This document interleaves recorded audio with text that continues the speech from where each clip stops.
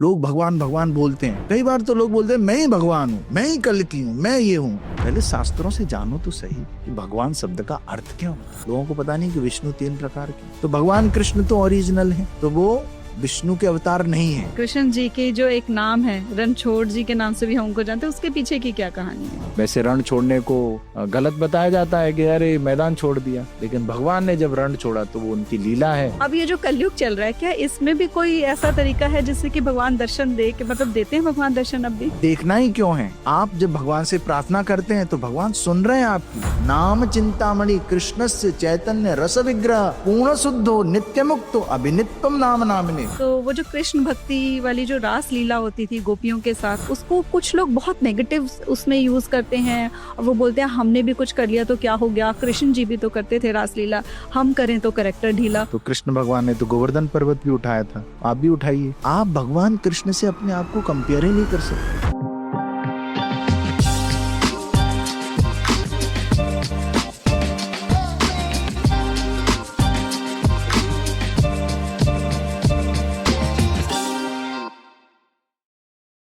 नमस्ते, स्वागत है आपका एक बार फिर से कैंडिड टॉक्स में। मैं हूं डॉक्टर शिखा और आज के हमारे एपिसोड में जो हमारे स्पेशल गेस्ट हैं वो हैं गुप्त वृंदावन धाम जयपुर से कृष्णपाद दास जी, जो कि कृष्ण भक्त हैं, स्पिरिचुअल मेंटर हैं और पोएट हैं।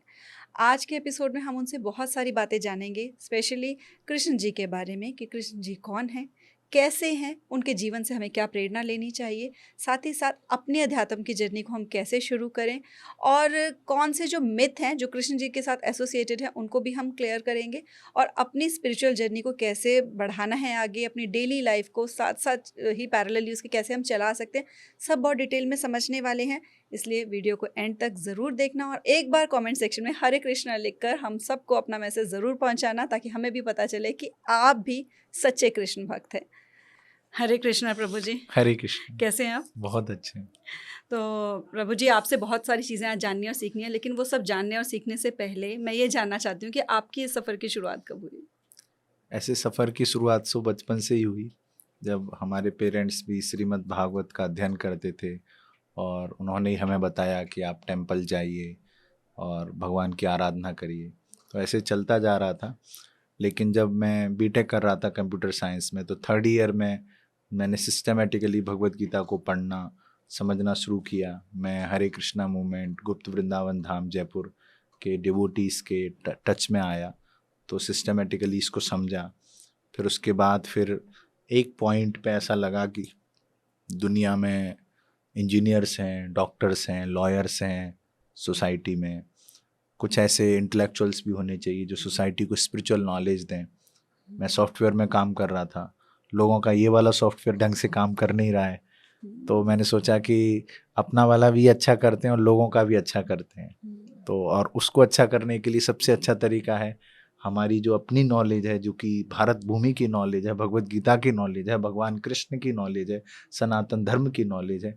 इस नॉलेज को स्प्रेड करने का हमें एक अवसर मिला है, भगवान ने हमें निमित्त मात्र बनाया है। तो बस ये यात्रा चली आ रही है। पिछले 12 वर्षों से मैं जो फुल टाइम डिवोटी हूँ हरे कृष्णा मूवमेंट में। श्रीला प्रभुपाद हमारे गुरु हैं, उनकी ये कृपा है कि हम ये सेवा कर पा रहे हैं। जी, बहुत अच्छी आपने बात बताई है कि बचपन से ही आपके पेरेंट्स ने ही आपको ये सारा शिक्षा देनी शुरू कर दी थी और आपने ये चीज़ आइडेंटिफाई की वाकई में इंटेलेक्चुअल स्पिरिचुअल स्पीकर्स की भी ज़रूरत है और जो गाइड्स हैं, मेंटर्स हैं, उनकी भी बहुत ज़्यादा ज़रूरत है हमारे स्पेशली यूथ को आजकल के। तो जो यूथ इस एज में, मैंने ये देखा है कि बहुत सारी जगहों पर क्या होता है कि कोई, जैसे आप बीटेक कर रहे थे और आपने आइडेंटिफाई किया कि मुझे ये वाला पाथ चुनना है। हमने कई बार 1-2 बार सुना है कि कुछ यूथ जो ऐसा पाथ चुन लेते हैं ना, वो चुनते हैं कि हमें इस जर्नी पे चलना है। जैसे आप हरे कृष्णा मूवमेंट से जुड़े, तो उनके आसपास की सोसाइटी और उनकी फैमिलीज वाले ना बड़े परेशान हो जाते हैं कि अरे बीटेक कर रहा था लड़का, अरे जॉब मिल जाती इतनी अच्छी, अरे ये क्या कर दिया, ये स्पिरिचुअल जर्नी पे क्यों चल पड़े हैं। तो मतलब आपको क्या लगता है कि ऐसा क्यों रिएक्ट करते हैं, कि क्या उस जर्नी में वो चल पड़ते हैं तो क्या फ़र्क आ जाता है? क्योंकि अभी जो सोसाइटी का सोचने का जो ढंग है वो बदल गया है। अभी जैसे मैं धोती कुर्ता पहन के रहता हूँ या हमारे एक भारतीय परिधान या वैष्णव परिधान में रहता हूँ, तो लोग देखते हैं अलग दृष्टि से। लेकिन आज से यदि 100 वर्ष पूर्व जाएं तो कोई यदि पैंट शर्ट में रहेगा तो लोग उसको अलग दृष्टि से देखते, क्योंकि पहले तो सब भारत में धोती कुर्ता ही पहनते थे, हमारी संस्कृति के परिधान ही पहनते थे। तो समाज की सोच बदल गई है। अभी उनकी जो प्राथमिकताएं हैं वो भौतिक हो गई हैं। उनकी जो प्राथमिकताएं, मटेरियल एडवांसमेंट हो गया, लालच लालच है, ग्रीड है, अधिक से अधिक भौतिक चीज़ें उपलब्धि करने की जो आकांक्षाएं वो बढ़ गई हैं। उनके अंदर जो अध्यात्म का जो महत्व है वो कम हो गया है। इसलिए आजकल लोग ऐसे सोचते हैं। उनको पता नहीं है कि दुनिया में कोई ऐसी कॉलेज नहीं है, कोई यूनिवर्सिटी नहीं है जो लोगों को बताए, समाज को बताए कि कैसे हर परिस्थिति में खुश रहा जाए। तो समाज से इस तरह के फ्रिक्शन आते हैं। लेकिन वहीं मैं समाज को अप्रिशिएट भी करूँगा कि एक समय के बाद जब वो देखते हैं कि यदि मान लीजिए आज मैंने ये स्पिरिचुअल पाथ को अपनाया है, तो आज मैं सोसाइटी के लिए कंट्रीब्यूट करने में जो निमित्त मात्र बन पा रहा हूँ, जो एक इंस्ट्रूमेंट बन पा रहा हूँ, उसको वही समाज जब आज देखता है, जो समाज पहले उसको क्रिटिसाइज करता था, निंदा करता था, तो आज वो अप्रिशिएट करते हैं। तो शुरुआत में मैंने भी जब इस रास्ते को अपनाया तो एक फ्रिक्शन हुआ, क्योंकि जब जीवन में यू टर्न लेते हैं ना, ये तो पूरा यू टर्न था। राइट। और तो फ्रिक्शन हुआ, तो उस फ्रिक्शन को हमने टॉलरेट किया, समझाने की कोशिश की, और जब यू टर्न पूरा हो जाता है तो फ्रिक्शन हट जाता है। तो आज वही लोग अप्रिशिएट करते हैं इस चीज़ को। ऐसा बिल्कुल है। सही बात आपने कही। वाक़ई में आपने ये सही कहा कि कोई कॉलेज यूनिवर्सिटी ये नहीं सिखाता कि हर परिस्थिति में खुश कैसे रहा जी, जाए। जी, जी। और सोच बदली हुई है। और जब कोई लगता है कि कोई एक अलग रास्ते पे हमारे उससे चल रहा है तो लोग एक बार फ्रिक्शन ज़रूर करते हैं। लेकिन आपने बड़ी खूबसूरती से उसको एक्सप्लेन किया कि आपने कैसे हैंडल किया उन चीज़ों को। तो जैसे आपने जब आप इस रास्ते पे चले हैं और आपने इसको अपनाया, आपको जब आप हरे कृष्णा मूवमेंट से जुड़े, तब और उससे पहले की आपकी दिनचर्या में क्या फ़र्क आया? तो पहले हम लेट सोते थे, लेट जगते थे, और अभी जब हम युवाओं को बोलते हैं कि देखिए अब तो हम 4 बजे जगते हैं, तो युवा बोलते हैं 4 बजे जगते हैं, 4 बजे तो हम सोते हैं, आप जगने की बात कर रहे हैं। तो ये सब वातावरण का फ़र्क है। पहले कॉलेज में पढ़ते थे, हालांकि मेरा जीवन उस तरह का नहीं रहा कि मैंने कभी लाइफ में कुछ व्यसन नहीं अपनाए, कभी ऐसा, क्योंकि परिवार से वैसे संस्कार मिले। तो परिवार की, मेरे माता पिता की मेरे ऊपर एक विशेष उनका संस्कार रहे, तो उनका मैं आभारी हूँ कि उन्होंने मुझे ऐसे संस्कार दिए कि मैं किसी गलत आदतों में नहीं फंसा। हाँ, लेकिन थोड़ा तो 6 बजे जगना, 7 बजे जगना, लेट सोना थोड़ा तो रहता था। और मन भी ऐसा नहीं कि पूरी तरह से आध्यात्मिक विचारों से ओतप्रोत रहा हो। लेकिन जब इस दिशा में आए तो वातावरण मिला, भक्तों का संग मिला, जो कि सबसे बड़ी चीज है। वैष्णव संग, साधु संग सर्व शास्त्र कहे, लव मात्र साधु संग सर्व सिद्धि है।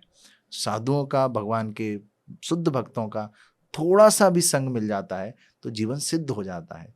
तो साधु संग मिला, वो भक्तों का आवरण मिला, वातावरण मिला, तो जीवन बदल गया। तो सब जब जगते हैं, आश्रम में 4 बजे जगते हैं, तो हम भी अपने आप जग जाते हैं, और फिर स्नान करके 4:30 बजे मंगला आरती करते हैं, फिर हरे कृष्ण मंत्र का 2 घंटे जप करते हैं, फिर उसके बाद दर्शन आरती, फिर उसके बाद कीर्तन, भगवान के सामने नृत्य करते हैं, कीर्तन करते हैं, फिर श्रीमद् भागवत का प्रवचन करते हैं, फिर सभी भक्तों के साथ बैठ के भगवान का प्रसाद ग्रहण करते हैं, फिर अपनी सेवाएं करते हैं, फिर शाम को भक्तों के साथ प्रसाद। तो ये जो वातावरण जो मिला है उसकी वजह से जीवन बदल गया। तो यदि इसको मैं संक्षेप में कहूँ तो इसमें पूरी तरह आने से पहले जो जीवन था, उस जीवन में हम अकेले थे और हमें पता नहीं था कि जीवन का उद्देश्य क्या है। अपने मन से ही उस जीवन को चला रहे थे, जो भी हमें थोड़ा बहुत समझ में आता था। किसी ने इधर बोला तो इधर चल दिए, इधर बोला तो इधर चल दिए, कोई शास्त्रिक आधार नहीं था जीवन का। अभी हरे कृष्णा मूवमेंट में, आश्रम में श्रीला प्रभुपाद और भगवान कृष्ण सभी वैष्णवों की कृपा से अभी जीवन का एक उद्देश्य है, एक वातावरण है उस उद्देश्य को प्राप्त करने के लिए, शास्त्रिक आधार है जीने के लिए। यदि मैं जो जीवन को जी रहा हूँ वो शास्त्रों में लिखा है, तो ये जो परिवर्तन है। और सबसे बड़ी चीज़, फिर कोई पूछ सकता है तो अब आप खुश हैं पूरी तरह? मैं पूरी तरह खुश हूँ और अपने आप को बड़ा सौभाग्यशाली मानता हूँ कि मुझे ये जीवन मिला, भक्तों का संग मिला, भगवान की कृपा मिली। जी, सही बात है। आपने जो कहा कि साधुओं का थोड़ा-सा भी संग मिल जाए तो जीवन जी, बदल जाता है और वो आपको संग मिला और आप कह रहे हैं कि आपको बहुत अच्छा जीवन में अपने परिवर्तन देखने को मिला। तो मैं बात ये कर रही थी कि जैसे कि हम कृष्ण जी से सीखते हैं, तो आप कृष्ण भक्त हैं क्योंकि, तो मैं चाहूँगी कि थोड़ा-सा अगर आप हमको इस बारे में भी थोड़ा-सा एनलाइटन करें कि जो कृष्ण जी हैं, उनकी पर्सनैलिटी कैसी थी? भगवान कृष्ण पूर्ण पुरुषोत्तम भगवान है। ब्रह्मा जी भगवान कृष्ण के बारे में बताते हैं, ईश्वर परम कृष्ण सच्चिदानंद विग्रह अनादिरादिर गोविंद सर्व कारण कारणम। जो परम ईश्वर हैं वो कृष्ण है, सच्चिदानंद विग्रह है। हम जो है हमारा शरीर निरानंद, हम आनंद में नहीं रहते। असत, ये शरीर एक दिन चला जाएगा, हमारा फोटो लटका होगा उस पर एक माला होगी, ये थे। तो निरानंद, सच्चित आनंद, अचित, हम पूरा ज्ञान नहीं रहता है, लेकिन भगवान कृष्ण असीमित ज्ञान के स्रोत हैं। वो हमेशा रहते हैं, सत्य हमेशा रहते हैं और हमेशा आनंद में रहते हैं, ब्लिस में। सच्चिदानंद विग्रह, सच्चित और आनंद के विग्रह हैं। अनादिर आदिर गोविंद, ये नहीं बोल सकते कि उस डेट को वो क्रिएट हुए थे। वो हर किसी चीज की शुरुआत है। अनादिर आदिर गोविंदा, वो उनका कोई अंत नहीं है। अनादिर आदिर सर्व कारण कारणम, सभी कारणों के कारण है। आपने वो उदाहरण सुना होगा कि न्यूटन पेड़ के नीचे बैठे थे, एप्पल गिरा, हम लोग बैठे होते तो एप्पल को खा के फिर से सो जाते। न्यूटन ने दिमाग लगाया कि एप्पल क्यों नीचे गिरा, उसका कारण, एप्पल नीचे गिरने का कारण उन्होंने ग्रेविटी बताया। अब न्यूटन से कहें कि ग्रेविटी का कारण क्या है, भाई एप्पल नीचे गिरा उसका कारण ग्रेविटी है, तो ग्रेविटी का कारण क्या है? न्यूटन ने अच्छा ग्रेविटी को बनाया नहीं, ग्रेविटी पहले से थी, उन्होंने खोज की। तो ग्रेविटी का कारण क्या है? तो सर्व कारण कारणम, ग्रेविटी का वही कारण है, हर वस्तु का वो कारण है, सभी कारणों के भी वो कारण है और उनका कोई कारण नहीं है। स्वराट है, वो इंडिपेंडेंट है। तो वो भगवान कृष्ण है। ऐसे और बहुत सारी भगवान कृष्ण की परिभाषाएं दी जाती हैं कि भगवान षड ऐश्वर्यपूर्ण है। भगवान, जब लोग भगवान भगवान बोलते हैं, कई बार तो लोग बोलते हैं मैं ही भगवान हूं, मैं ही कल की हूं, मैं ये हूं। पहले शास्त्रों से जानो तो सही कि भगवान शब्द का अर्थ क्या होता है। जैसे मैं कहूं बलवान, जिसके पास बल है वो बलवान है, जिसके पास धन है वो धनवान है, जिसके पास रूप है वो रूपवान है। ऐसे भगवान, जिसके पास भग है। अब ये भग क्या होता है? भग का अर्थ होता है ऐश्वर्य, ऑपुलेंस, और वो पराशर मुनि ने भगवान की परिभाषा दी है। ऐश्वर्यस्य समग्रस्य वीरस्य यशस्रियः ज्ञान वैराग्यस्य सन्नम भगत इति गणा। एक व्यक्ति जिसके अंदर असीमित बल है, एक ही व्यक्ति जिसके पास असीमित धन है, एक ही व्यक्ति जो असीमित फेमस है, यशवान है, एक ही व्यक्ति जो असीमित नॉलेजेबल है, एक ही व्यक्ति जो असीमित रूपवान है, ब्यूटीफुल है, एक ही व्यक्ति जो असीमित वैराग्यवान है, वैराग्य है, वो भगवान है। ये चेकलिस्ट है। कोई अपने आप को भगवान कहे ना तो उससे पूछो क्या आपके पास ये 6 चीजें असीमित मात्रा में हैं? हम इस दुनिया में किससे आकर्षित होते हैं? या तो कोई बहुत नॉलेजेबल है, या फिर कोई बहुत सुंदर है, या फिर कोई धनवान है। लेकिन सारी वस्तुएं, सारी चीजें तो एक व्यक्ति के पास नहीं रहेंगी, और रहेंगी भी तो लिमिटेड रहेंगी, लेकिन भगवान के पास असीमित है। तो भगवान कृष्ण सबसे ज्यादा सुंदर है, सबसे ज्यादा धनवान है। 16,108 रानियां, उतने उनके महल, सबसे ज्यादा बलवान है। छोटी वर्ष की आयु में बड़े बड़े से बड़े राक्षस मार दिए, गोवर्धन पर्वत को उठा लिया। सबसे ज्यादा यशवान है, सबसे ज्यादा फेमस है। जो सेलिब्रिटीज आते हैं लोग उनको फॉलो करते हैं, सबसे बड़े सेलिब्रिटी हैं भगवान कृष्ण। आप भगवान कृष्ण के किसी भी मंदिर में जाइए, बांके बिहारी मंदिर में जाइए, आप राधा रमन मंदिर में जाइए, आप किसी भी गोविंद देव जी, जयपुर में गोविंद देव जी का मंदिर, उसमें जाइए, एनी टाइम सैकड़ों लोग, हजारों लोग भगवान की एक झलक पाने के लिए, उनके दर्शन करने के लिए। तो कितने फॉलोअर्स हैं। सबसे बड़े सेलिब्रिटी भगवान कृष्ण है। गिरिराज जी भगवान कृष्ण, उनकी परिक्रमा कर रहे हैं लोग, इतनी तपस्या कर रहे हैं उनके लिए। तो भगवान कृष्ण है। सबसे ज्यादा ज्ञानवान, भगवत गीता का नॉलेज असीमित मात्रा में भगवान कृष्ण ने दिया, असीमित नॉलेज। लोग बड़े बड़े साइंटिस्ट इस नॉलेज को नहीं समझ पाए। बुक ऑफ विजडम बोला जाता है इसको। और वैराग्यवान, वैराग्यवान कैसे? भगवान कृष्ण का सब कुछ है। अहम सर्वस्य प्रभवो मत्त सर्वम, ये भौतिक जगत, आध्यात्मिक जगत सब भगवान कृष्ण का है। फिर भी भगवान कृष्ण हमसे छुड़ा नहीं रहे। ठीक है, आपको दे दिया, पूरी सृष्टि उनके उससे चल रही है, भगवान ने सब दे दिया हमें। तो भगवान से बड़ा वैरागी भी कोई नहीं है। तो ये है भगवान कृष्ण। बाकी भगवान कृष्ण को और भी कई अलग अलग दृष्टिकोणों से, अलग अलग बिंदुओं से, अलग अलग एंगल से हम परिभाषित कर सकते हैं। शास्त्रों में गुणगान है भगवान का, जितना गुणगान करें उतना ही कम है, असीमित। ये जीव थक जाएगी। ये पॉडकास्ट दुनिया का सबसे लंबा पॉडकास्ट हो जाएगा यदि भगवान कृष्ण को हम परिभाषित करें, उनका गुणगान करते रहें। तो वो है भगवान कृष्ण। बिल्कुल सही बात है कि मतलब शब्द खत्म नहीं होंगे अगर खत्म हम नहीं उनका होंगे। गुणगान करने रहे। जी वक्त चाहे है जो वो सीमित ही हो जाएगा अगर जी, हम उनका बिल्कुल। गुणगान करने में आएंगे। और जैसे कि आप उनके बारे में बताया, आपने बहुत ही खूबसूरत तरीके से आपने बताया कि हाँ ये सब चीज़ें शामिल होती हैं और वो सब भगवान कृष्ण के अंदर हैं। और हमें जीवन जीने का जो सही तरीका है भगवद गीता के माध्यम से उन्होंने हमें दिया हुआ है। तो जो भगवान कृष्ण के बारे में हम बात कर रहे थे, तो एक चीज़ जैसे भी आपने बताया कि उनकी 16,000 रानियाँ थी और उतने ही उनके महल थे। इस बात को लेकर ना कुछ लोग बहुत ज़्यादा मतलब इस बात को उठाते हैं कि ऐसे कैसे आपके भगवान थे जिनकी 16,000 रानियाँ थी। तो वो देखो, वो तो नारी का उत्पीड़न हो गया कि कहते हैं कि एक भी पत्नी होनी चाहिए और उनकी 16,000 थी। तो इस बात के पीछे क्या सत्य तो है? मैं उन लोगों को ये कहूँगा जो ऐसे बोलते हैं कि आप एक पत्नी का अच्छे से ध्यान नहीं रख पा रहे हैं।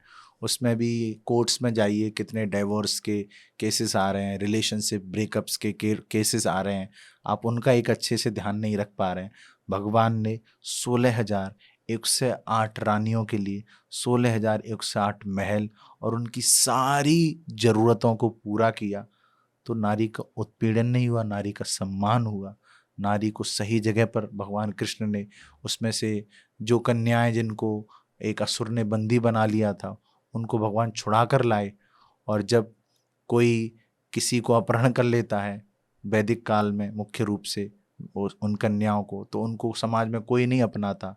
भगवान कृष्ण ने स्वयं उनको अपनाया, स्वयं खुद की पत्नी बनाया, उनको महल प्रदान किया। तो भगवान ने तो नारी को प्रोटेक्ट किया और उनको इतने ऊंचे ओहदे पर बिठा दिया, खुद की अर्धांगिनी बना लिया भगवान कृष्ण ने। तो भगवान कृष्ण ने तो हम सबके लिए उदाहरण, एग्जाम्पल सेट किया है। तो हमारी जो लोग ऐसे सोचते हैं, उनकी सोच में एक लोच है। उनको सही कोच की ज़रूरत है, उनको स्पिरिचुअल कोच चाहिए, उनको शास्त्र चाहिए, शास्त्रों से उनको ज्ञान लेना चाहिए। बिल्कुल सही बात है और ये आपने बिल्कुल सही बताया कि जिनको, क्योंकि वाकई में आप जिस उस समय की बात कर रहे हैं कि कोई अपहरण कर कर ले गया था तो नारी को, उनको अपनाया नहीं जा रहा था कन्याओं को।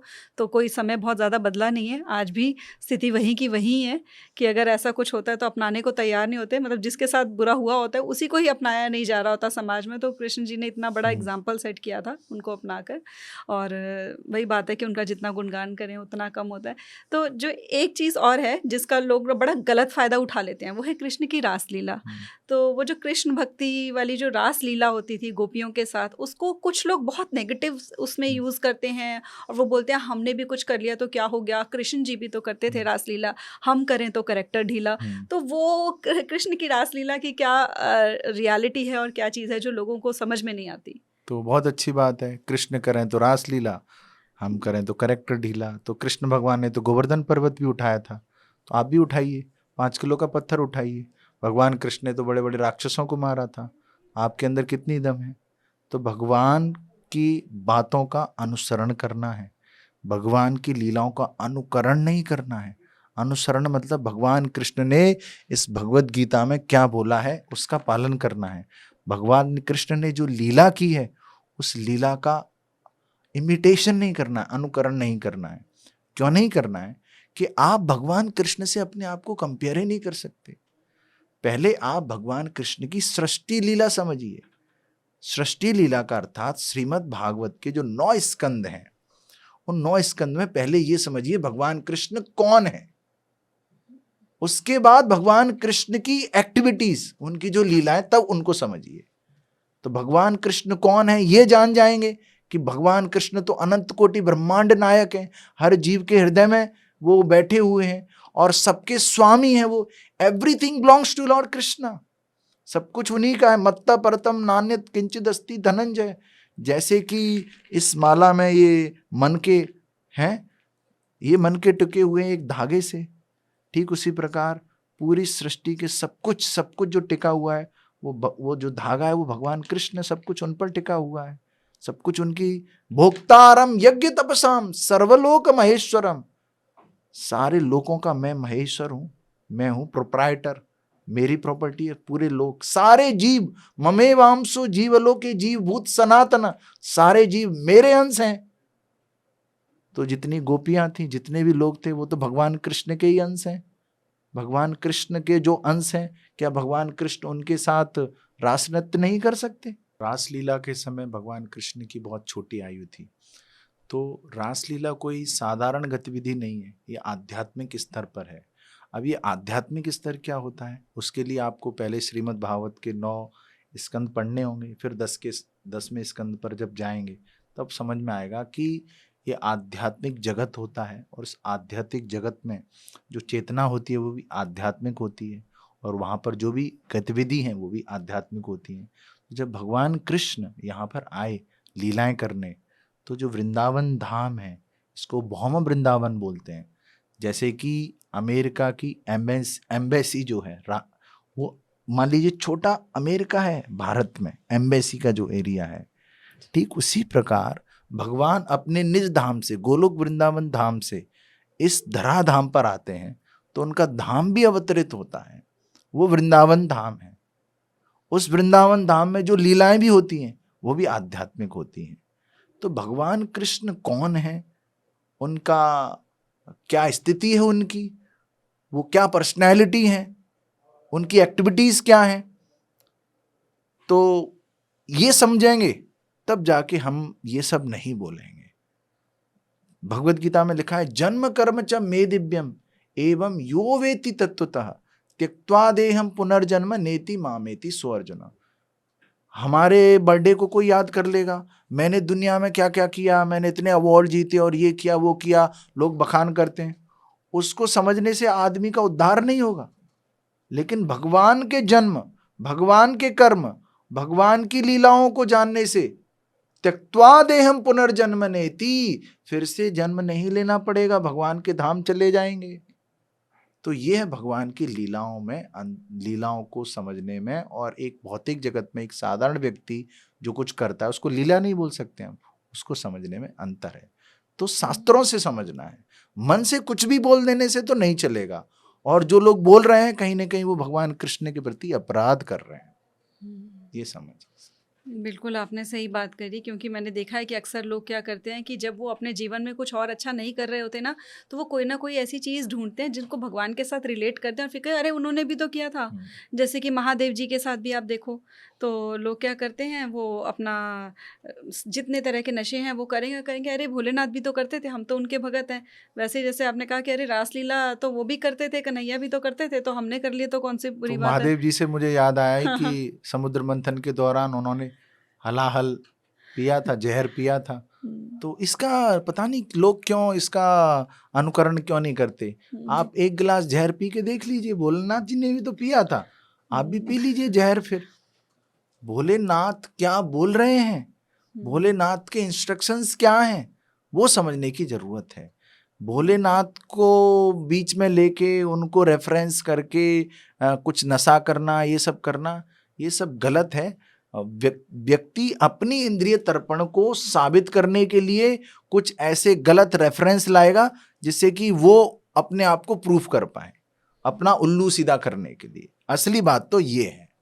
बिल्कुल सही बात है, आपने बिल्कुल सही बात करी है। वो अपनी ही इंद्रियों को करने के लिए रेफरेंस लेकर आते हैं। तो इसी तरह जो ये जैसे हमने कहा कि वो बात ये करते हैं कि अरे कन्हैया ऐसे करते थे, वैसे करते थे, तो कन्हैया की वो कौन सी जीवन की, अगर हम, क्योंकि हम यूथ के बारे में बात करते हैं, तो वो कौन सी हैबिट्स हैं या वो कौन सी चीज़ें हैं जो वो अपनानी चाहिए जीवन में बातें?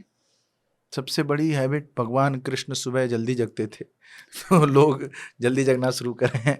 भगवान कृष्ण ने हमें एक गीता का मार्ग दिया है, कैसे जीना है, लाइफ की मैनुअल दी है भगवत गीता, उसको अपनाना चाहिए। भगवान कृष्ण ने अर्जुन को जब कंफ्यूज थे, जब अर्जुन परेशान थे, क्या करें क्या नहीं करें, उनका जो धनुष है उनके हाथ से गिर रहा था, रोंगटे उनके खड़े हो गए, रोने जैसी उनकी स्थिति हो गई, तब क्या करना चाहिए वो भगवान कृष्ण ने बताया। और ऐसी स्थिति तो हम सबकी आती है कभी न कभी जीवन में, जब हम परेशान होते हैं, हैरान होते हैं, कंफ्यूज्ड होते हैं, क्या करना है क्या नहीं करना है।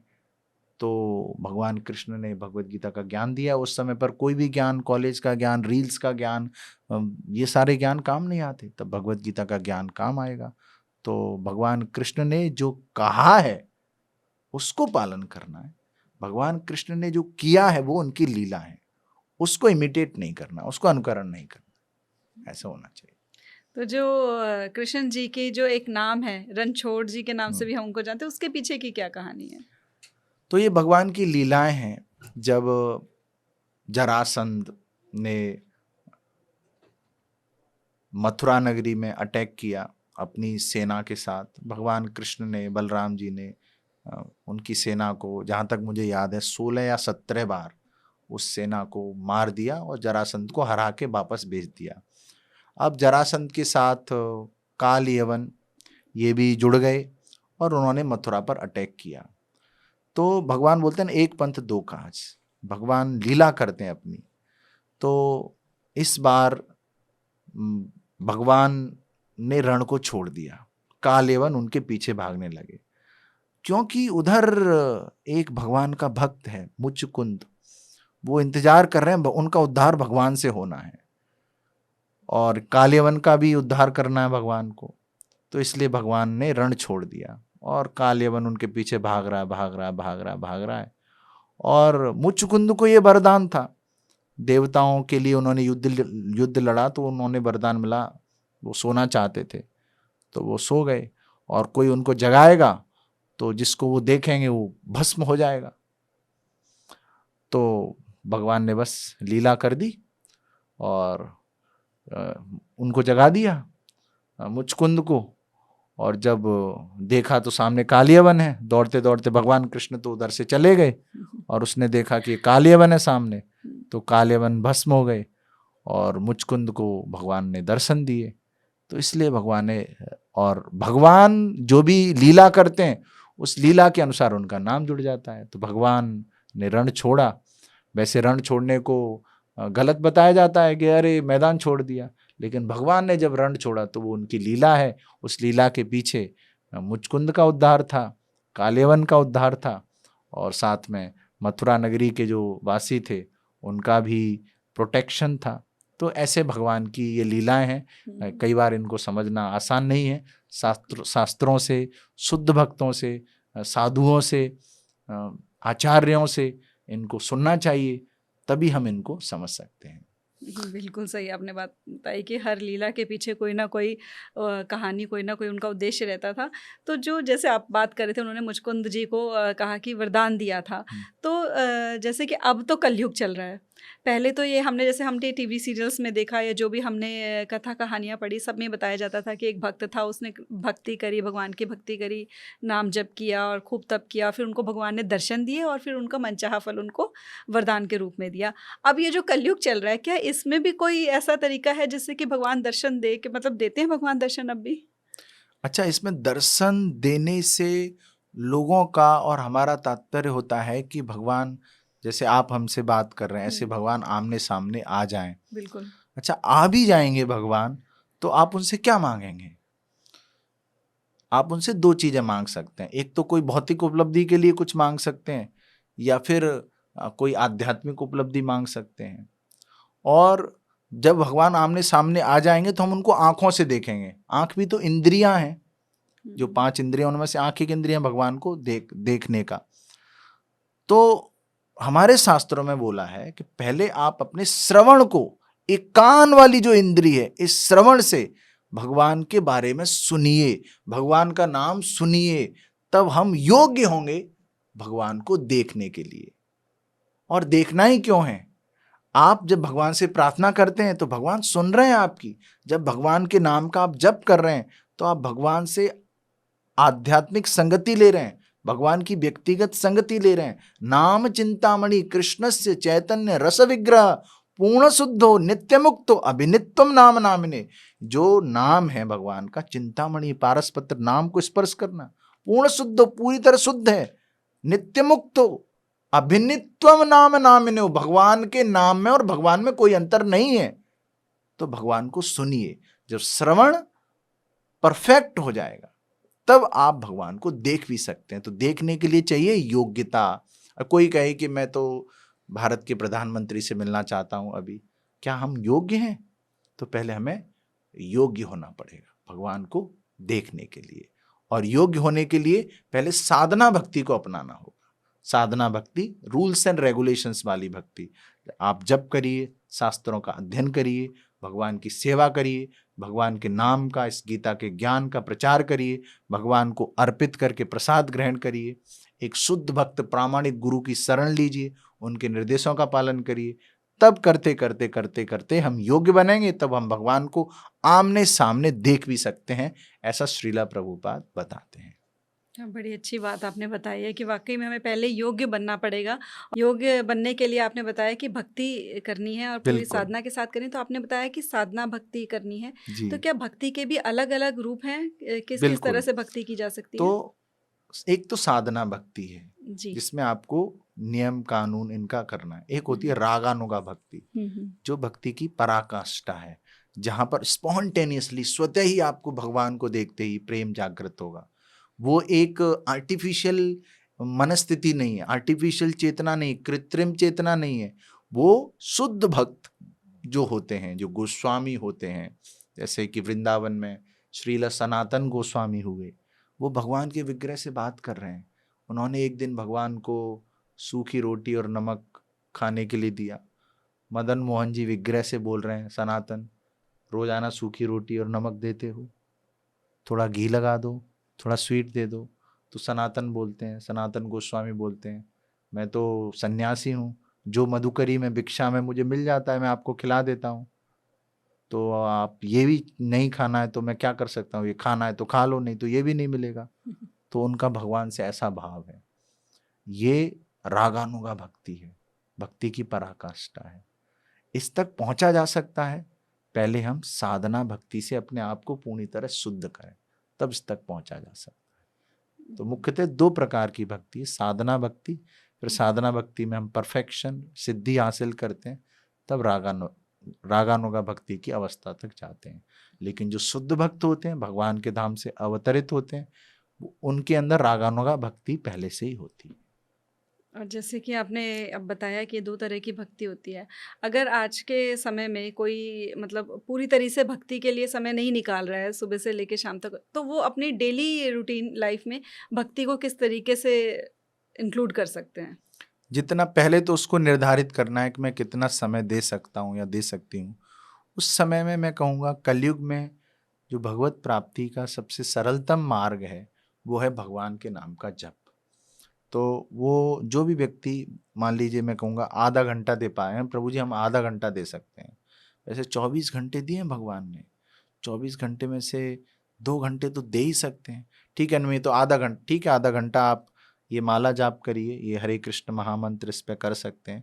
इस पे हम एक पंचतत्व मंत्र बोलते हैं, जय श्री कृष्ण चैतन्य प्रभु नित्यानंद श्री अद्वैत गदाधर श्रीवासादि गौर भक्त वृंदा। उसके बाद हर एक मोती पे पूरा हरे कृष्ण मंत्र, हरे कृष्ण कृष्ण कृष्ण हरे हरे, हरे राम राम राम हरे हरे, हरे कृष्ण कृष्ण कृष्ण हरे हरे, हरे राम राम राम हरे हरे। ऐसे पूरी माला करेंगे तो 10 मिनट लगेंगे अधिक से अधिक। जब अभ्यास हो जाएगा तो 7 से 8 मिनट लगेंगे। तो 10 मिनट ये दे दीजिए। गीता के 2 श्लोक पढ़ लीजिए। ये भगवत गीता यथारूप है जो पूरे विश्व में प्रचलित है, श्रीला प्रभुपाद ने लिखा है इसको। तो ये गीता पढ़ लीजिए। और तीसरा, आप जो ग्रहण कर रहे हैं अन्न, उस अन्न को भगवान को अर्पित करिए। शुद्ध सात्विक भोजन बनाइए, उसको भगवान को तुलसी डाल के भगवान को भोग लगाइए। भगवान से दिल से बोलिए भगवान इसको ग्रहण करें। उसकी एक विधि भी है, वो हम बता सकते हैं कि एक प्लेट लीजिए, एक भगवान की ही प्लेट लीजिए, वो भगवान की प्लेट है, उसमें जो भी आपने बनाया है उसमें प्लेट में सजाइए, जल रखिए, जल में सभी जितने भी व्यंजन हैं उनमें एक एक तुलसी दल डालिए, भगवान के सामने जाके रखिए। सरलतम तरीका ये हो सकता है कि अच्छे से भगवान से प्रार्थना करिए, 3 बार हरे कृष्ण मंत्र का जप कर लीजिए कि हरे कृष्ण कृष्ण कृष्ण हरे हरे, हरे राम राम राम हरे हरे। फिर भगवान से दिल से प्रार्थना करिए कि भगवान आप इसको ग्रहण करिए, भगवान को ग्रहण करने दीजिए कम से कम 5 मिनट। फिर उसको लेके आइए, जो आपने व्यंजन बनाए थे उनमें उनको मिला दीजिए और उस प्लेट को वॉश कर दीजिए, धो दीजिए, और फिर आप उसको सबको खिलाइए। आप देखें, लगेगा, अनुभूति होगी कि हम भगवान का प्रसाद खाते ही चेतना बदल जाएगी। ये शक्ति है। कोई बोल सकता है अरे भगवान ने तो खाया नहीं, ढोंग की बातें कर रहे हो। भगवान जब खाने लग जाएंगे तो तुम भोग नहीं लगाओगे, पहली बात, ये बात भगवान को पता है। और दूसरी चीज, भगवान इतने शक्तिशाली हैं, पूर्ण हैं, कि वो खा भी लेते हैं और छोड़ भी देते हैं। अच्छा। भगवान ऐसा नहीं कि जैसे हम मुंह से खाते हैं, भगवान आंख से देख से ही खा सकते हैं। अंगानी यस सकलेन्द्र वृत्ति मंती पश्यंति पांति कलयंति चरम जिगंती। वो देखने से ही कोई भी कार्य कर सकते हैं। हम उठाने का कार्य हाथ से करेंगे, भगवान देखने मात्र से। तो भगवान किसी भी अंग से कोई सा भी कार्य कर सकते हैं। तो भगवान ने वो भोग खा भी लिया है और आपके लिए छोड़ भी दिया है, वो प्रसाद बन चुका है। ये सब शास्त्रों में लिखा है ये सब। तो इसका पालन करेंगे तो। और नहीं आपको थ्योरी लग रही है मेरी बात, तो बोलते पहले इस्तेमाल करें फिर विश्वास करें। आप करके देखिए तो आपको समझ में आ जाएगा कि हम प्रसाद खा रहे हैं। बिल्कुल सही ऐसा। बात आपने ये बोली है कि वाकई में अगर हम भोग लगा देंगे तो वो प्रसाद बन जाएगा भगवान हाँ। का। और जैसे कि अब आपने ये बात करी ना कि भोग लगाने से हम प्रसाद बन जाएगा, तो मेरे दिमाग में एक बात आ रही थी कि जो हम लड्डू गोपाल जी रखते हैं अपने घर में, लड्डू गोपाल जी बिठाते हैं, उनकी सेवा की जाती है सुबह शाम। आजकल तो हमने देखा है कि लोग उनको अपने साथ सफ़र में भी लेकर जाते हैं, कई लोगों ने स्कूल में भी एडमिशन करवाया है लड्डू गोपाल जी का। लेकिन इन सब चीज़ों का अपना एक महत्व है, एक आस्था जुड़ी होती है, वो प्रेम होता है। लेकिन कुछ एक रील्स आ रही हैं आजकल ना, कुछ लोग इंस्टाग्राम पे लड्डू गोपाल जी के साथ रील्स बनाते हैं, तो उसमें एक बहुत ही अजीब एक रील मैंने देखी जिसमें एक माता जी बैठी हैं लड्डू गोपाल को लेके और वो बोल रही हैं, अरे हमें कल से तंग कर दो है, चने का साग खा खा के, और कल से तुमको लूज मोशन लगे हुए हैं, तुम्हारे लंगोट बदल बदल के मैं थक गई हूँ। तो उन्होंने ऐसे वो रखे हुए हैं, लड्डू गोपाल जी को बिठाया है और उनके लंगोट बदल रही हैं और वो पानी से ऐसे करके साफ कर रही हैं उनको कि देखो मेरी साड़ी सारी खराब कर दी है। तो ये क्या है? तो सच्चाई तो लड्डू गोपाल जी जाने और वो माता जी जाने, लेकिन शास्त्र क्या बोल रहे हैं कि भगवान के विग्रह से इस प्रकार का भावों का आदान प्रदान तो एक शुद्ध भक्त ही कर सकता है। क्योंकि भगवान के जो विग्रह है ना, वो इस दुनिया में इसलिए अवतरित होते हैं जिससे कि हम भगवान की सेवा कर सकें। क्योंकि भगवान के जो आध्यात्मिक जगत में विग्रह हैं उनको हम अपनी इन भौतिक आंखों से नहीं देख सकते। तो भगवान विग्रह के रूप में आते हैं और सेवा लेते हैं हमसे। लेकिन जो बहुत उन्नत भक्त होते हैं उनके साथ वो इस तरह की लीलाएं करते हैं। अब इस लीला के बारे में मुझे पता नहीं। जो शुद्ध भक्त होते हैं, जिनका बहुत प्रेम है भगवान से, एक साक्षी गोपाल जी का मंदिर है जगन्नाथपुरी के पास। 2 ब्राह्मण वृंदावन आए, एक वृद्ध थे, एक उनके साथ युवा ब्राह्मण थे। दोनों वृंदावन आए। वृद्ध ब्राह्मण की युवा ब्राह्मण ने बहुत सेवा की, हेल्प की, सहायता की। तो वृद्ध ब्राह्मण ने सोचा कि क्यों ना मेरी पुत्री का विवाह मैं इस युवा ब्राह्मण से करा देता हूँ। हालांकि युवा ब्राह्मण थोड़ा गरीब था, वृद्ध ब्राह्मण अमीर था। तो युवा ब्राह्मण ने कहा नहीं मुझे कुछ नहीं चाहिए। वृद्ध ब्राह्मण ने कहा नहीं नहीं नहीं, मैं साक्षी गोपाल जी के मंदिर में वृंदावन में मैं ये बोल रहा हूँ, मैं ऐसा करूँगा। तो उसने कहा आप मंदिर में बोल रहे हैं तो कम से कम आपको इसका पालन करना चाहिए। तो नहीं नहीं मैं करूँगा। तो जब वापस लौटे तो वृद्ध ब्राह्मण के परिवार वाले माने नहीं, कैसे कैसे तुमने तय कर दी विवाह। तो लेकिन इस युवा ब्राह्मण को लगा कि भगवान के सामने बोला है तो करना चाहिए।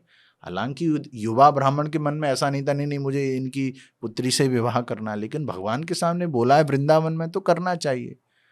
तो फिर पंचायत बैठी।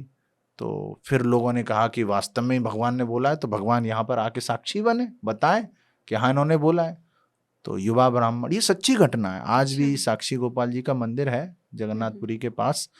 तो जो युवा ब्राह्मण है वो गए फिर से वृंदावन। तो भगवान से कहा, भगवान ऐसी ऐसी बात हो गई है, अब आपको चलना पड़ेगा। भगवान फिर बोले, विग्रह बोले कि देखो मैं तो विग्रह हूं, मैं तो मूर्ति हूं, मैं कैसे चल सकता हूं। ये युवा ब्राह्मण बड़ा होशियार था, उसने कहा आप बोल सकते हैं तो आप चल क्यों नहीं सकते। तो ठीक है, मैं चलता हूं तुम्हारे साथ, पीछे मुड़ के मत देखना, मुझे भोग लगाते रहना चावल का, चलते रहे, मेरे पायल की ध्वनि आपको आती रही, चलते रहे। स्थान पास में आने वाला था, पायल की ध्वनि आना बंद हो गया। तो युवा ब्राह्मण ने पीछे मुड़ के देखा, पीछे तो गोपाल जी खड़े हैं, वहीं पे खड़े रह गए। फिर जब गांव वाले आए तो उन्होंने कहा बिल्कुल बोला है इन्होंने, वृद्ध ब्राह्मण ने, इसलिए उनका नाम बोलता है, उनका नाम हो गया तब से साक्षी गोपाल, वो गवाह बने। तो भगवान के विग्रह के साथ ऐसी लीलाएं संभव है, लेकिन यदि ये लीलाएं मन के स्तर पर कोई अपने इमोशंस को उड़ेल रहा है फेम पाने के लिए, रील्स बनाने के लिए कि ऐसा बोल देंगे तो रील चल जाएगी, तो वो सही नहीं है और ये गलत प्रचार है। यदि हमारी चेतना उस स्तर की है, उस स्तर की भक्ति, यदि उस स्तर की भक्ति है तो उसको फिर दिखाना क्यों है। बिल्कुल सही फिर बात है। यदि आपकी ऐसी भक्ति है तो उसको फिर दिखाना क्यों, उसको सोशल मीडिया पे क्यों डालना है। तो ये सब बातें हैं, तो शास्त्रों की शरण लेनी चाहिए, प्रामाणिक स्रोत की शरण लेनी चाहिए, वहां से हमें जानना चाहिए। बिल्कुल सही बात आपने बोली, और ये बड़ी अच्छी बात मुझे लगी कि अगर वो इमोशंस आपके वो भगवान जी के साथ निकल कर आ रहे हैं तो उसे दुनिया को दिखाना क्यों है। हाँ। और ये लालच बीच में है ही, क्योंकि हमारी रील चल जाएगी। तो जैसे हम बात कर रहे हैं कृष्ण जी की, और आप क्योंकि बहुत सारे ऐसे टॉक्स में भी जाते हैं और यूथ को इंस्पायर करते हैं, तो अगर हमारा आज का जो यूथ है, अगर उनको हम कहें कि तुम भी कृष्ण जैसे बनो। हम कृष्ण जैसे कभी नहीं बन सकते। हम कृष्ण ने जो बोला है उसको पालन करें, तो हम सही इंसान बनेंगे, एक सही व्यक्ति बनेंगे। और यही श्रीला प्रभुपाद ने पूरी दुनिया को दिया। आदमी जो कभी था आदमी, नहीं रहा वो आदमी, इस आदमी को बनाने को आदमी श्रीला प्रभुपाद ने खोली है कृष्ण भावनामृत अकादमी। तो श्रीला प्रभुपाद ने भगवान कृष्ण के क्या निर्देश हैं उनको पूरी दुनिया को दिया। तो आज के कोई भी व्यक्ति कृष्ण जैसा नहीं बन सकता। कृष्ण भगवान ने एक जीव के लिए, लिविंग एंटिटी के लिए क्या निर्देश हैं भगवत गीता में, श्रीमद् भागवत में आचार्यों ने, प्रामाणिक गुरुओं ने क्या निर्देश दिए, उनका पालन करना है। दो हैं, आत्मा है, परमात्मा है। परमात्मा भगवान है, आत्मा हम हैं। कैसे इसको ऐसे समझ सकते हैं, एक पेड़ पर दो पक्षी बैठे हैं, एक पक्षी देख रहा है कि दूसरा पक्षी क्या कर रहा है, पूरा देख रहा है सब कुछ, ऐसे ये कर रहा है, ये कर रहा है, ये कर रहा है। ठीक उसी प्रकार हम हैं, वो पक्षी हैं जो अपनी गतिविधि कर रहा है, परमात्मा वो पक्षी हैं जो देख रहा है। तो परमात्मा हमारे हृदय में है और हम आत्मा हैं। परमात्मा सब देख रहे हैं, अनुमंता उपद्रष्टा, वो सब देख रहे हैं हम क्या कर रहे हैं, और उसके अनुसार हम जैसे कर्म करेंगे उसके अनुसार हमें परिणाम भुगतने होंगे। तो ये आत्मा और परमात्मा की सही समझ है, ऐसा है। तो फिर क्योंकि आपने बहुत अच्छे से ये सारी चीज़ें पढ़ी और समझी हैं, तो क्योंकि मैंने तो ये काफ़ी समय सुना है और काफ़ी जगहों से, कई लोगों से भी सुना है, कई कथाओं में भी ये सुना है कि कृष्ण जी ऐसा कहते हैं कि कृष्ण जी हायर कॉन्शियसनेस की बात करते हैं कि मैं भी वही हूँ, आप भी वही हो, मैं जान चुका हूँ, आप जाने नहीं हो। इसकी भी समझ क्या है, इसकी एक श्लोक है, नित्यो नित्यानाम चेतनस चेतनानाम एको बहुनाम यो विदधाति कामा। अर्थात मैं भी नित्य हूं, आप भी नित्य हैं। नित्य का मतलब इटरनल, इटरनल मतलब शाश्वत। मैं भी शाश्वत हूं, आप भी शाश्वत। चेतनस चेतनानाम, मेरी भी चेतना है, आपकी भी चेतना है। एको बहुनाम यो विदधाति कामा, आप बहुत सारे हो, मैं एक हूं, और मैं जितने भी जीव जंतु हैं, जितने भी जीव हैं, मैं उनका पालन कर रहा हूं। इसको ऐसे भी समझ सकते हैं कि एक तो गोल्ड, सोने की खान है, एक सोने की छोटी सी अंगूठी है मान लीजिए। तो सोने की अंगूठी में और खान में यही अंतर है कि वो तो बहुत बड़ी है खान, अंगूठी छोटी है, लेकिन क्वालिटी सेम है।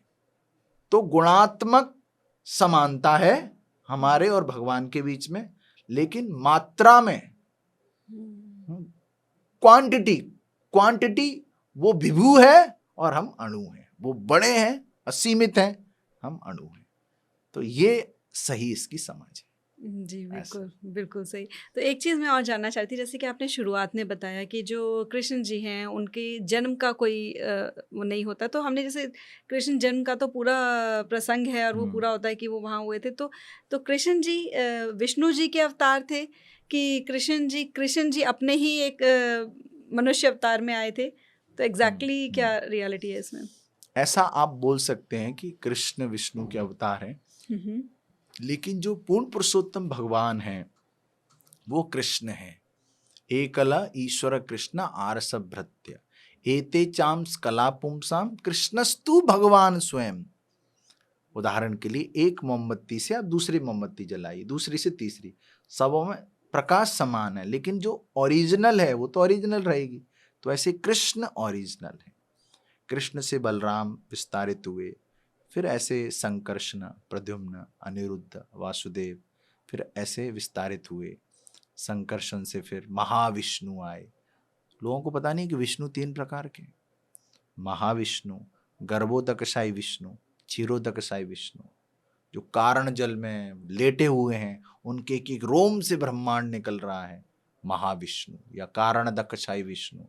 फिर उसके बाद गर्भोदकशायी विष्णु, वो जो यूनिवर्स, जो ब्रह्मांड निकल रहा है, उस यूनिवर्स में एक और विष्णु विस्तारित होते हैं, गर्भोदकशायी विष्णु। वो अपने पसीने से उसको आधा भर लेते हैं, फिर उसमें लेट जाते हैं।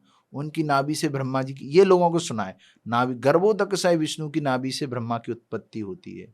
फिर जितने भी जीव जंतु हैं, उनके सबके हृदय में जो विष्णु है, क्षीरोदकशायी विष्णु, जो क्षीर सागर में लेटे हुए हैं। तो भगवान कृष्ण तो ओरिजिनल है, लेकिन जब भगवान अवतरित होते हैं इन विष्णुओं के माध्यम से, विष्णु भगवान के माध्यम से वो आते हैं।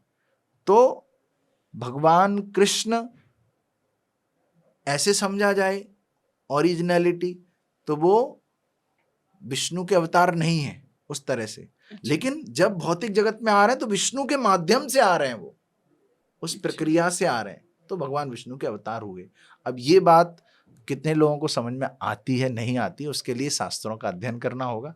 समझ में नहीं आए तो कोई बात नहीं, कहने के लिए बोला जा सकता है कि भगवान कृष्ण विष्णु के अवतार हैं। मतलब मैं लेकिन थोड़ा-सा इससे भी ज्यादा जरूरी है कि भगवान कृष्ण क्या बोल रहे हैं बिल्कुल। उसको पालन करें। हाँ, तो मैं आपकी बात से जो समझ पाई हूँ वो ये कि जैसे आपने बोला कि एक कैंडल को यूज़ करके कई कैंडल्स जलाई गई, तो वो कृष्ण जी हैं जिनकी कैंडल ओरिजिनल फ्लेम से बहुत सारी फ्लेम्स जली, जिसमें विष्णु जी नाम की भी फ्लेम जली और बहुत सारी फ्लेम्स आई। विष्णु जी वाली फ्लेम से एक और आगे फ्लेम जली जो कि कृष्ण जी के अवतार के रूप में आई।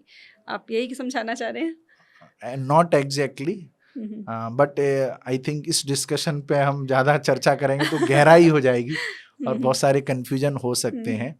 इसमें ऐसा है कि अ, हर अवतार में समान शक्ति है, लेकिन उस समय पर कितनी शक्ति चाहिए, हुँ, हुँ। वो उस समय की जरूरत कितनी है। जैसे नरसिंह भगवान आए, हुँ, हुँ। उनमें भी वही शक्ति है, लेकिन उस समय पे केवल हिरण्यकशिपु को मारना था, एक पर्पस था, उसके लिए वो आए।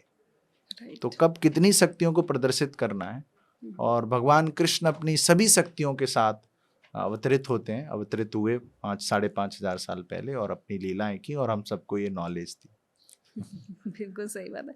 तो जो भगवत गीता की अगर हम बात करें तो इनकी कोई एक 3 ऐसी सीख हो जो कि हर किसी को अपने जीवन में ज़रूर अपनानी चाहिए? भगवत गीता की 3 सीख, हुँ। सीख तो वैसे ज्यादा है, लेकिन हाँ, जी।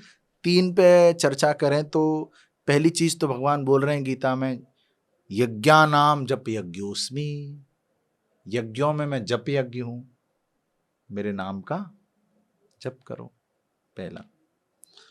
दूसरा, भगवान बोल रहे हैं पत्रम पुष्पम फलम तोयम यो में भक्त्या प्रेक्षति, मुझे पत्र पुष्प फल अर्पित करके ग्रहण करो। भगवान नहीं बोले अंडम कैटचम, ऐसे नहीं बोल, भगवान जो बोल रहे हैं वो ग्रहण करना है।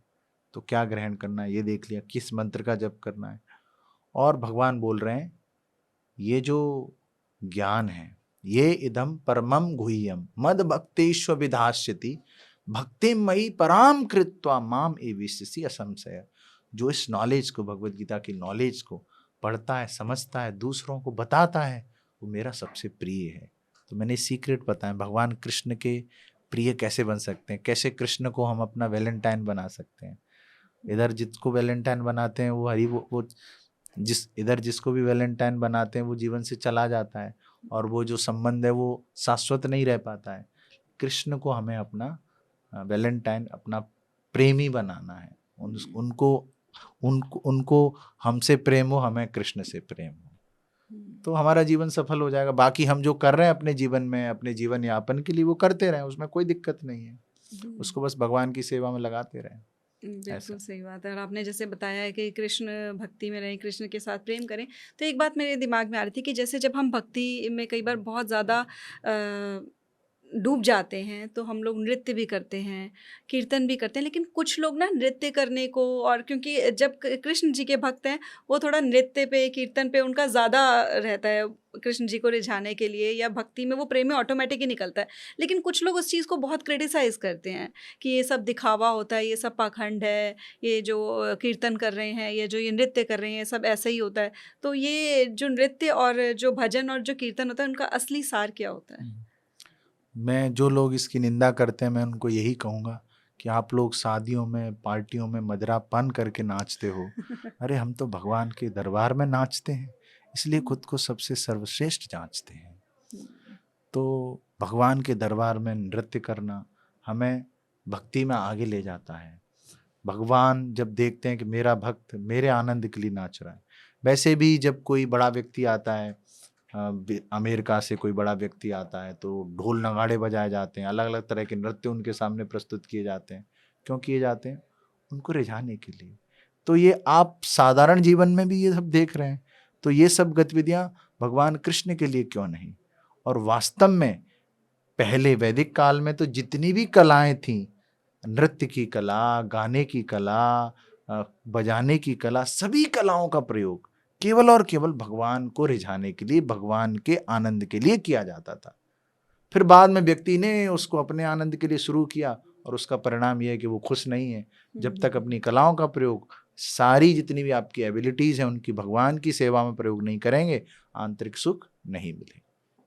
बिल्कुल सही बात। और आपने ये जो बोला कि भगवान के दरबार में उनको रिझाने के लिए करते हैं, और वाकई में जो ये आप कह रहे थे कि शादी पार्टियों में नाचना तो बुरा नहीं है, लेकिन हाँ जो काम भगवान हाँ से हाँ। रिलेटेड और है। अभी नई साल पे मैंने एक वीडियो भी बनाया था, वो काफी लाखों लोगों तक गया कि भाई नई साल कैसे मनानी है, कि बाहर में नाचोगे, दरबार में नाच लो, मदिरा ले जाओगे, देवालय चले जाओ, बाहर कहीं अटरम सटरम खाओगे, भगवान का प्रसादम खा लो और अपना नया साल मना लो। बिल्कुल सही बात। तो आपको अपनी जो टेंडेंसीज है, आपकी जो प्रवृत्तियां हैं, उनको स्पिरिचुअलाइज करना है। जो भक्ति है वो छोड़ने की प्रक्रिया नहीं है, वो जोड़ने की प्रक्रिया है। हम तो आपको नहीं बोल रहे खाना मत खाओ, खाओ, भगवान का प्रसाद खाओ। हम तो नहीं बोल रहे मत नाचो, नाचो, भगवान के दरबार में नाचो। हम तो नहीं बोल रहे कि आप लेक्चर मत दो, दो भगवत गीता पे लेक्चर लो, समझो पहले भगवत गीता को। सारी चीजें हैं। हम तो नहीं कह रहे, हम तो नहीं बोल रहे कि पार्टी मत करो, पार्टी भगवान के भक्तों के साथ प्रसाद की पार्टी, कीर्तन की पार्टी, भक्ति की पार्टी करो। बिल्कुल सही बात है ये कीर्तन की पार्टी करो, सही बात है कि कुछ फल भी अपने और अंदर से भी वैसे कुछ किसी मिलेगा। फिल्मी गाने पे आप कितना नाच लोगे? हाँ। 10 मिनट, 15 मिनट, 20 मिनट नाचने के बाद आपकी चेतना भी खराब हो, मन के विचार भी गलत हो जाएंगे। सही इधर बात है। भगवान के दरबार में लोग घंटों तक नाचते हैं, आपकी और एनर्जी में बढ़ती जाती है। तो थोड़ी सी भी बुद्धि है तो सही जगह पे लगाओ बुद्धि को, सही जगह पे अपनी एबिलिटीज को लगाओ।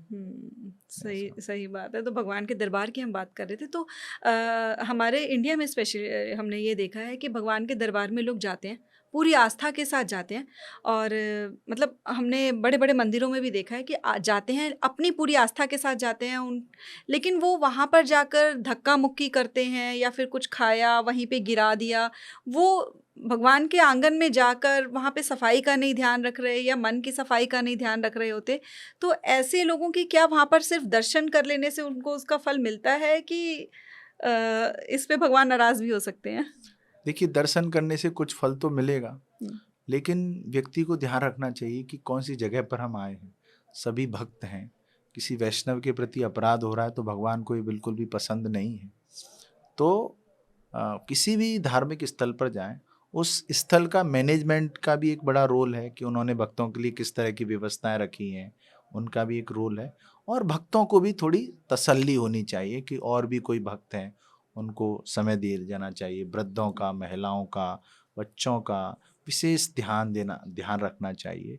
तो मंदिरों की व्यवस्थाएं, और हमारे मन में जितनी सफाई होगी, बाहर अपने आप सफाई हो जाएगी। मन में ही ऐसा है कि नहीं हम तो 10 लोगों को फांद के पहुंच जाएंगे और दर्शन कर लेंगे। क्या पा लिया आपने? आपने 20 लोगों को के प्रति अपराध कर दिया आपने। भगवान तो सब देख रहे हैं ना, इधर बैठे हैं भगवान। तो सही तरीके से हम चीज़ों को करें, भगवान का स्नेह प्राप्त करें।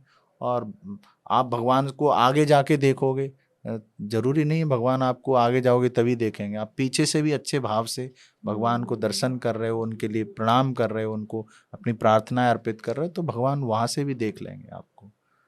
तो इसमें बहुत सतर्कता का विषय है जो हर व्यक्ति को ध्यान रखना चाहिए।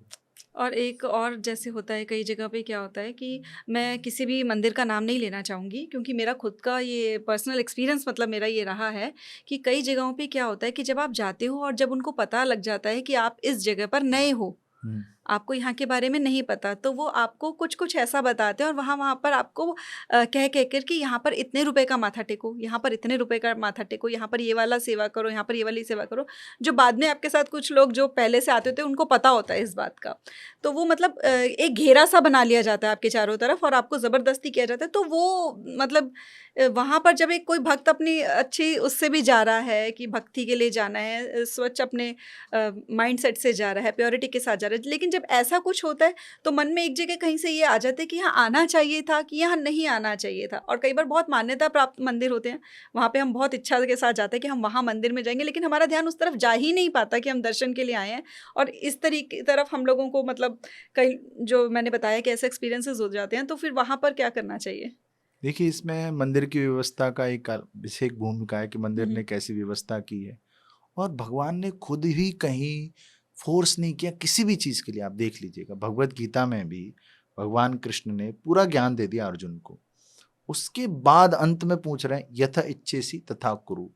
मैंने बता दिया, अब आपकी इच्छा, आप क्या करना चाहते हैं। हुँ, तो भगवान ने किसी को फोर्स नहीं किया। तो जब भगवान ने फोर्स नहीं किया और आप भगवान के भक्त हैं तो आप क्यों फोर्स कर रहे हो? तो आपकी यदि गतिविधियां शास्त्र संगत नहीं है, न्याय संगत नहीं है, शास्त्रानुसार नहीं है, तो गड़बड़ है। और वो आप सोच रहे हो कि आप ही भक्त हो। कोई दर्शन करने आया है वो भी तो भक्ति है। वो अपने भाव से आया है, प्रेम से आया है, श्रद्धा से आया है, वो भी दर्शन करने आया है। उसके अनुभव को आप खराब कर रहे हैं। वो आगे आगे उस इस चक्कर में नहीं आएगा। तो आप कहीं ना कहीं उस वैष्णव के प्रति अपराध कर रहे हैं। तो ये भगवान सब देख रहे हैं। तो मैं तो यही कहूँगा कि बहुत सतर्क रहना चाहिए। कि जो श्रद्धा है ना बड़ी कोमल होती है। कोई श्रद्धा से मंदिर आया है भगवान की प्रार्थना करने, भगवान के दर्शन करने, भक्ति में उन्नत करने के लिए, और आपने उनको गलत अनुभव दिया, तो उसकी कोमल श्रद्धा चली जाएगी। मंदिरों के प्रति, भगवान के प्रति उसका जो परसेप्शन है, उसका जो नजरिया है वो बदल जाएगा। तो क्या पा लिया आपने? रही बात दान की बात, हाँ हम जानते हैं कि मंदिर दान से चलते हैं और जो पुजारी हैं पूरी तरह पुजारी हैं, उनका जीवन भी दान से चलता है। तो उसके लिए फोर्स की जरूरत कहाँ है? आप अच्छा अनुभव दीजिए, उनको भक्ति के कुछ रहस्य बताइए, उनको भगवान के जप की महिमा बताइए, जप कराइए, उनको कीर्तन का हिस्सा बनाइए। उसको खुद उसको अंदर से भाव आएगा कि कुछ सेवा करनी चाहिए भगवान की, खुद से करेगा सेवा। उसके लिए फोर्स से तो कैसे पॉसिबल है? आपने खुद का भी लॉस कर लिया, मंदिर मंदिर का भी लॉस कर लिया, उस भक्त का भी लॉस कर लिया। इतने लोगों का स्पिरिचुअली लॉस हो गया। तो स्पिरिचुअलिटी सबको आगे बढ़ना है ना। तो उस तरह से ये इसको बोलते हैं वैष्णवा एटिकेट, सदाचार। इन सदाचारों का विशेष ध्यान रखना चाहिए।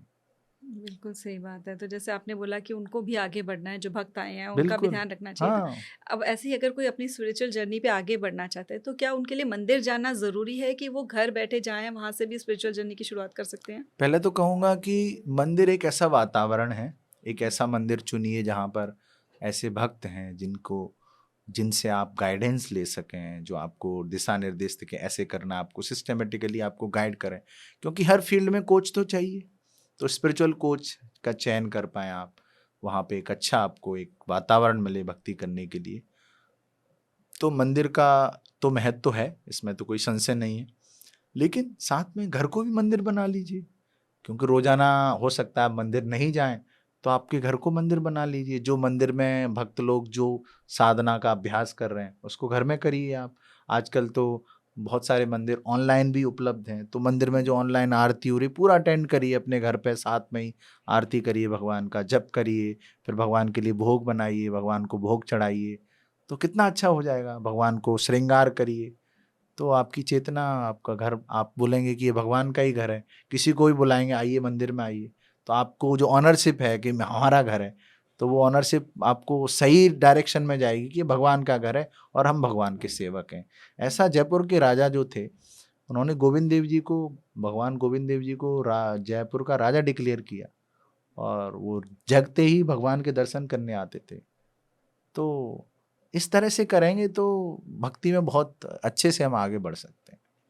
जी, बहुत सारी बातें हम कृष्ण जी के जीवन से सीख रहे हैं और अपनी भी स्पिरिचुअल जर्नी के बारे में सीख रहे हैं। तो क्योंकि कृष्ण जी की बात हो रही है तो राधा जी का जिक्र ना हो ऐसा तो है नहीं। तो अगर हम बात करें राधा रानी और कृष्ण जी के प्रेम की, तो वो उसकी क्या, किस शब्दों में आप उनको इसको कहना भी लोग चाहेंगे? गलत तरीके से लेते हैं, तो जी। वही जो हमने चर्चा की कि हम्म, कृष्ण भगवान का क्या हम्म, स्तर है, कौन कृष्ण है, राधा रानी कौन है, ये सब समझना है। तो भगवान कृष्ण की जो आह्लादिनी शक्ति है, उनको आनंद प्रदान करने वाली शक्ति है, उस शक्ति को एक व्यक्ति का रूप दे दिया जाए तो वो राधिका रानी है, राधा रानी है। तो राधा रानी और भगवान कृष्ण दोनों ही स्पिरिचुअल पर्सनैलिटी हैं, और हम्म, उनकी जब हम सेवा करते हैं, जो हरे कृष्ण मंत्र का जप करते हैं, तो हरे भगवान की एनर्जी है, हरा, जब उनको पुकारते हैं तो हरे, हे कृष्ण, हे राधा, हे भगवान की शक्ति, मुझे आपकी सेवा में लगाइए। तो ये राधा रानी का व्यक्तित्व है। बाकी यदि हम आचार्यों की वाणी पर जाएं, शास्त्रों की वाणी पर जाएं, तो बहुत गुणगान है श्रीमती राधा रानी का। उनकी कृपा से ही हम कृष्ण की कृपा प्राप्त कर सकते हैं। श्रीमती राधा रानी से हम प्रार्थना करें कि वो भगवान कृष्ण की हमें भक्ति दें। तो यदि उन्होंने रेकमेंड कर दिया कि ठीक है चलो इसकी एप्लीकेशन पास कर देते हैं, तो हमें भगवान कृष्ण का प्रेम, उनकी भक्ति आसानी से मिल सकती है।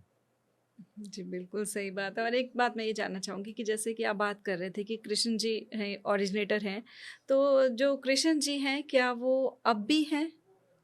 भगवान तो सब जगह हैं, हमेशा हुँ, रहते हैं, हुँ, हम उनको देख नहीं पा रहे हैं। तो भगवान की कुछ लीलाएं ऐसी होती हैं जिनको भक्त देख पाते हैं। जब भगवान 5,500 साल पहले आए, भक्त उनको देख पाते हैं, उन्होंने हुँ, आगे लीला की हैं, गाय चराई, ये सब किया है। आज भी भगवान गाय चरा रहे हैं, भगवान वृंदावन को छोड़ के कभी नहीं जाते हैं। जो उच्च कोटि के वैष्णव हैं वो देख सकते हैं, वो भगवान की कहाँ कहाँ कब लीला हो रही है वो देख सकते हैं। तो कृष्ण तो हमेशा हैं, शाश्वत हैं, लेकिन हम उनको देखना चाहते हैं तो उसके लिए हमें योग्य बनना पड़ेगा, हमें उस स्तर की भक्ति करनी पड़ेगी, उस स्तर का जप करना पड़ेगा, भगवान से प्रार्थना करनी होगी, भगवान की कृपा प्राप्त करनी पड़ेगी। और ये केवल और केवल संभव है भगवान के शुद्ध भक्त की शरण लेकर। तद विद्धि प्रणिपातेन परिप्रश्नेन सेवया उपदेक्षन्ति ते ज्ञानम ज्ञानिनस्तत्व दर्शन। तद विद्धि प्रणिपातेन, पहले इस शुद्ध भक्त को, प्रामाणिक भक्त को प्रणिपात करो, सरेंडर करो, शरणागत हो जाओ। परिप्रश्नेन, फिर प्रश्न पूछो उनसे जो भी आपकी क्वेरीज हैं। सेवया, सेवा करो, ये सीक्रेट्स हैं। सेवा करो शुद्ध भक्त की, शुद्ध भक्त के गाइडेंस में जो भक्त हैं उनकी, वो जो बोल रहे हैं कैसे भगवान की सेवा करनी है, सेवा करेंगे तो चेतो दर्प शुद्धि होगी हृदय की। हुँ। तो इस तरह से हम भगवान कृष्ण की कृपा को प्राप्त कर तो सकते जैसे हैं। आप बता रहे हैं, तो जैसे आज के समय में एक शुद्ध भक्त को हम आइडेंटिफ़ाई कैसे करें? पहचान कैसे करें कि इनकी गाइडेंस हमें लेनी चाहिए और इनको हमें सरेंडर करना चाहिए? ये बहुत ही सही प्रश्न है ये। तो सबसे पहले, क्या वास्तव में अपने हृदय में तलहटी में जाके हम पूछें, क्या वास्तव में हमें आध्यात्मिक जीवन में आगे बढ़ने के लिए एक प्रामाणिक गुरु चाहिए? हुँ, जब हमारी ऐसी डिजायर होती है, ऐसी इच्छा होती है, तो हृदय में जो परमात्मा है वो इसको भांप लेते हैं, समझ जाते हैं। तो जब हम एक प्रामाणिक गुरु की तलाश में होते हैं और हमें प्रामाणिक ही चाहिए इस भाव से, तो जो परमात्मा हृदय में होते हैं वो एक प्रामाणिक गुरु तक हमें लेके चले जाते हैं, मिस्टिकली, चमत्कारिक तरीके से लेके चले जाते हैं। कोई सोचे सब लोग गुरु बना रहे हैं, हमारा भी एक गुरु होना चाहिए, हुँ, just as a matter of duty, fashion हुँ, के लिए। तो ठीक है, आप भी इतने सारे गुरु हैं, आप भी बना लो एक गुरु। लेकिन नहीं नहीं, मुझे तो प्रामाणिक गुरु ही चाहिए, मुझे जानना है, मुझे समझना है, मुझे आगे बढ़ना है भक्ति में, मुझे अनुभूति करनी है भक्ति की। तो फिर भगवान आपको एक प्रामाणिक गुरु तक लेके जाएंगे। तो जब आप उन गुरु को शरणागत होंगे तो वो गुरु आपको जिन भगवान ने उन गुरु के पास भेजा था उन भगवान की ओर लेके जाएंगे। तो गुरु और कृष्ण भक्त के लिए, गंभीर भक्त के लिए दो समानांतर रेखाएं हैं। आप कृष्ण से आपने प्रार्थना करी तो गुरु तक लेके गए और गुरु कृष्ण तक लेकर आए आपको। तो गुरु और कृष्ण ऐसे पैरेलल लाइन से, समानांतर रेखा, ऐसा भाव होना चाहिए। एक पुस्तक है आत्म साक्षात्कार का विज्ञान, श्रीला प्रभुपाद की टीचिंग से कंपाइल हुई है। आप उसको पढ़िए, उसमें एक चैप्टर है सही गुरु कौन है। अपने बढ़िया इंटेलेक्चुअल ब्रेन से पढ़िए, समझिए। शास्त्रों में लिखा है गुरु कौन होता है, सही गुरु, आध्यात्मिक गुरु। तो जब हम समझ जाएंगे कि जैसे भगवान, चेकलिस्ट समझिए ना कि भगवान कौन है, ऐसे गुरु कौन है, सही गुरु कौन है, ये भी शास्त्र में लिखा है। तो वो जान जाएंगे तो हम समझ जाएंगे कि ये सही गुरु है। ऐसा है। बड़े अच्छे से आपने समझाया है कि हाँ, वाकई में अपने अंदर से वो आवाज़ आनी चाहिए। अच्छा, एक जगह अगर हम ये आइडेंटिफ़ाई करना चाहें, क्योंकि देखेंगे अगर कि कुछ लोग बहुत भोले होते हैं और कुछ अगर हम कहें कि कष्ट ही इतना ज़्यादा है कि कई लोग ये आइडेंटिफ़ाई नहीं कर पाते हैं और वाकई में सरेंडर कर देते हैं कुछ ऐसे गुरु को कि बाद में जाकर उनका एक्सप्लॉयटेशन होता है। तो क्या कुछ ऐसे साइंस है जिनसे पहचाना जा सकता है कि नहीं, ये गुरु सही नहीं है हमारे लिए? शास्त्रों का साइंस है। शास्त्र में लिखा तद विज्ञानार्थम स गुरुमेवावगच्छेत समित पाणिम श्रोत्यम ब्रह्मनिष्ठम। ब्रह्मनिष्ठ है जो हमेशा कृष्ण की चर्चा करेगा, हमेशा कृष्ण में लीन रहेगा, कृष्ण की बात करेगा, सेल्फ रियलाइज्ड होगा। गुरु परंपरा में जो आ रहा है, भगवान कृष्ण से जो चली आ रही गुरु परंपरा, उसमें जो आ रहा है 24/7 उसका काम ही कृष्ण की चर्चा है। ऐसे कई सारे ऐसे वो हैं, पॉइंट्स हैं, क्राइटेरिया हैं। तो जब उसको ये सब पता हो, कोई बोला नहीं मुझे तो पता ही नहीं था और बाद में पता चला कि ये प्रामाणिक गुरु हैं, तो आप प्रामाणिक गुरु को सरेंडर करिए और जो आपसे गलती हो गई कोई बात नहीं, आप सही रास्ते को पकड़िए, तो कोई इसमें बुराई नहीं। ऐसा है। चलिए, बहुत बहुत धन्यवाद, आपने इतना कीमती समय निकाला है। आप इतना बिजी थे और आपने वक्त दिया अपना और इतनी अच्छी ज्ञान की बातें हमारे साथ शेयर की हैं। कृष्ण जी के जीवन से हमें क्या क्या सीखना है, कैसे अध्यात्म की जर्नी पे हमें आगे बढ़ना है, बहुत कुछ आपने हमें सिखाया। बहुत बहुत धन्यवाद। हरे थैंक यू। और कृष्णा। आपने भी बहुत अच्छे क्वेश्चंस पूछे, बहुत बहुत धन्यवाद। हरे कृष्ण। हरे कृष्ण।